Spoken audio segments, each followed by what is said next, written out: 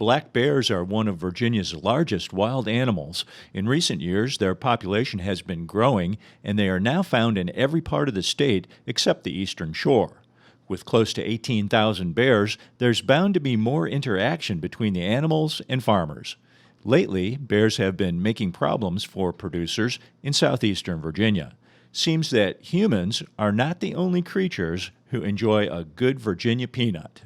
It was pretty interesting in the way the bear did damage. Some of them would just sit down in the peanut field and kind of turn as they dug up the peanuts, and you'd see a big pile of vines in the middle of where the bear was sitting.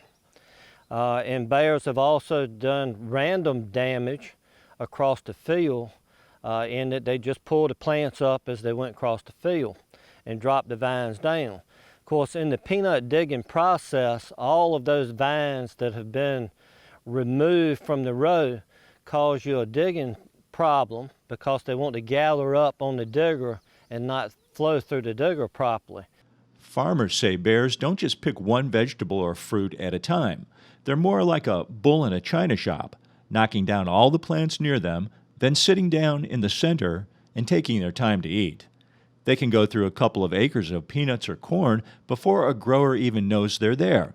They've even been known to tear into large cotton bales, costing the grower valuable time and money to clean up, and the quality of the raw cotton is reduced. We should be able to come out for each individual load, so to speak, and make one trip. Well, with the damage that we were seeing around here, it would create multiple trips to and from the field.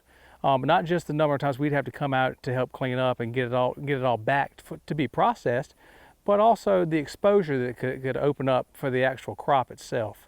Monitoring bear populations and reducing bear damage is the role of the State Game and Inland Fisheries Department. Farmers have been reporting these damages to wildlife officials, hoping for relief. The State Department attempts to control bear populations through relocation, removal, and controlled hunting seasons.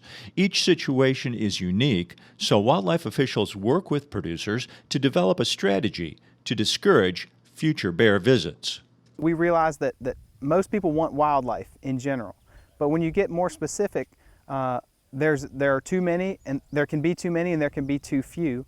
So we try to find the right balance in there between these competing interests, and many times, understandably, agricultural producers want maybe fewer. They don't want none. You know, I think people can get that mistaken impression as well. Bears can travel many miles in a single day and are usually on the move. So when wildlife officers respond to a complaint, many times the bear has moved on. Bear sightings are increasing every year, and game officials have some tips for how to stay safe around a black bear. If you have a bear around your house, if you have pets out, put your dog food up, just feed your cats, your dogs, put the food away. Your bird feeders, the same thing. If you have one around the house, just put your bird feeders up for a week and let them move on to the next place. A lot of times they'll just leave and not come back. Same thing for your trash. If you have garbage, if you've had a cookout and you have food or greasy smells in your trash can, try to empty that out or do a better job packaging it up for the dump. With the state's growing bear population, there's an increasing chance of seeing a bear along the roadside or on your property. While that may be an exciting event, it can also be a nuisance, especially if the bear finds food and returns again and again. The Virginia Wildlife Conflict Helpline reported more than 2,300 black bear calls in the past 12 months, the highest of any wildlife species. Experts say the best advice for a bear encounter is just to leave the bear alone, and it will move on. In Southampton County, this is Dave Miller.